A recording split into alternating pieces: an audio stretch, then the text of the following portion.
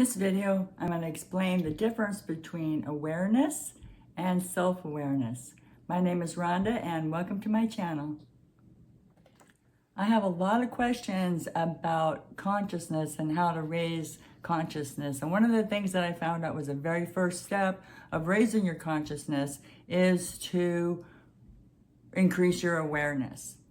And increasing your awareness means that you think it would be obvious, but it is, looking around and observing the things in your world and that are around you, that you hear, that you use the five senses, touch, taste, hear, feel, and experiencing that in the outer world. And the self-awareness is when you are able to start recognizing how you interact with that outer world, how you respond to it, what your triggers are, and taking some time for some deep reflection to find out about yourself and how you interact with the world.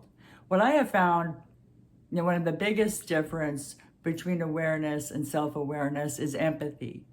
And if you don't have empathy, then it's going to be very difficult to create some self-awareness, because that is what self-awareness is. For example, when I went to the grocery store a couple of days ago, at the time I wasn't doing a little experiment, but when I got home, I realized what the experience was that I had just happened.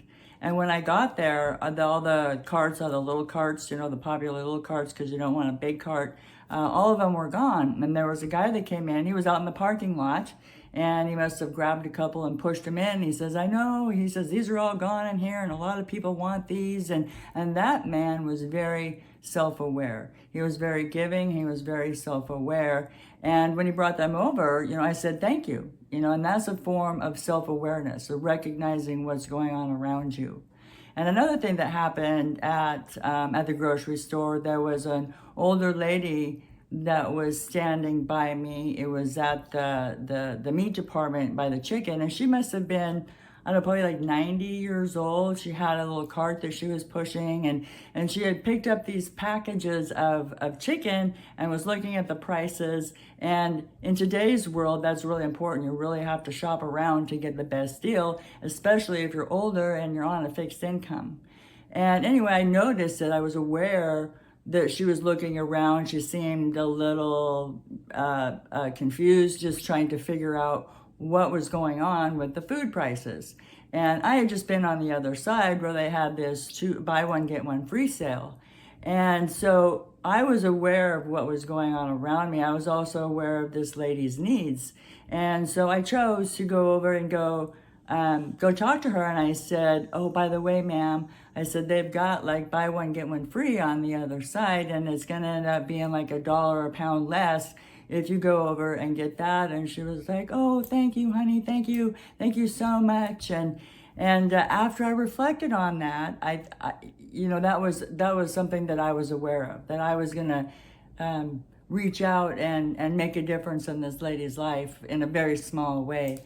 But then after reflecting on it, I realized that if I would have, I don't want to have any regrets in life, and this is a small regret, but I regretted not going and staying with her while she maneuvered around this case and went to the other side and kind of helped her go through that process of picking out something. But anyway, that was an experiment that I did, and that's self-awareness, is the empathy and being able to recognize when people need help, or just want somebody to talk to, or need a helping hand. And then when I went up to the checkout lane, there was a lady that was in front of me, and the checker had bagged up everything. He was the only one that was there to do that. And the lady left and she started walking off, and I saw this little box of mints that were still there in the corner. And I said, hey, those are still there. And he's like, oh my gosh, I forgot to put him in the bag. So he grabbed him, and then he, went and ran off. And I could have stayed quiet. I could have just said nothing. But that's not the right thing to do. I'm very self-aware, thinking, okay, if it were me, what would I like somebody to do?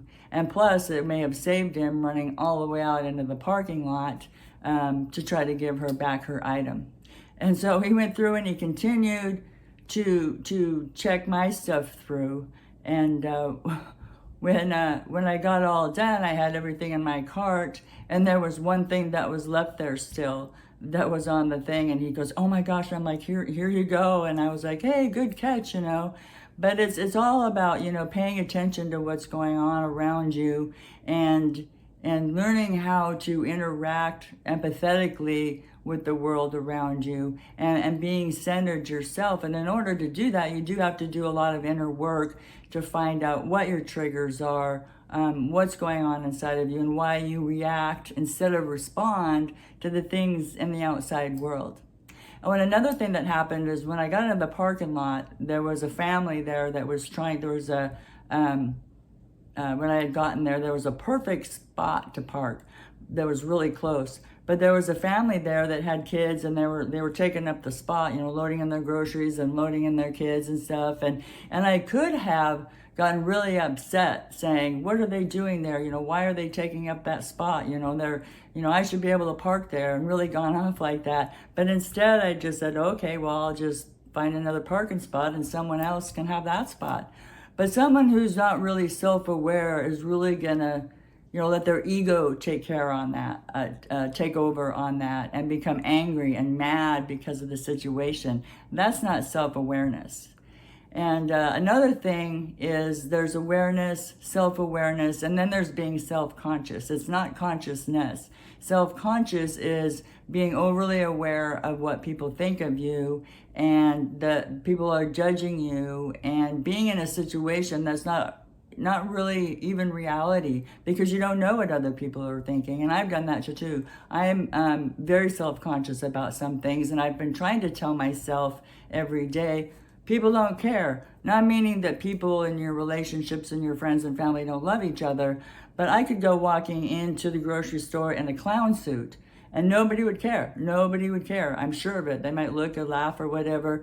And so when it comes to being self-conscious, part of self-awareness and developing self-awareness really softens that self-conscious. And I know for me, I mean, throughout time, especially these past few months, I mean, it seems like I can't get a grip on it. It's like self-aware, self-conscious, self-aware, self-conscious, you know. And I'm kind of like spinning around right now. And I don't know if it's because of the weird energy that's in the air. There's a lot of things going on.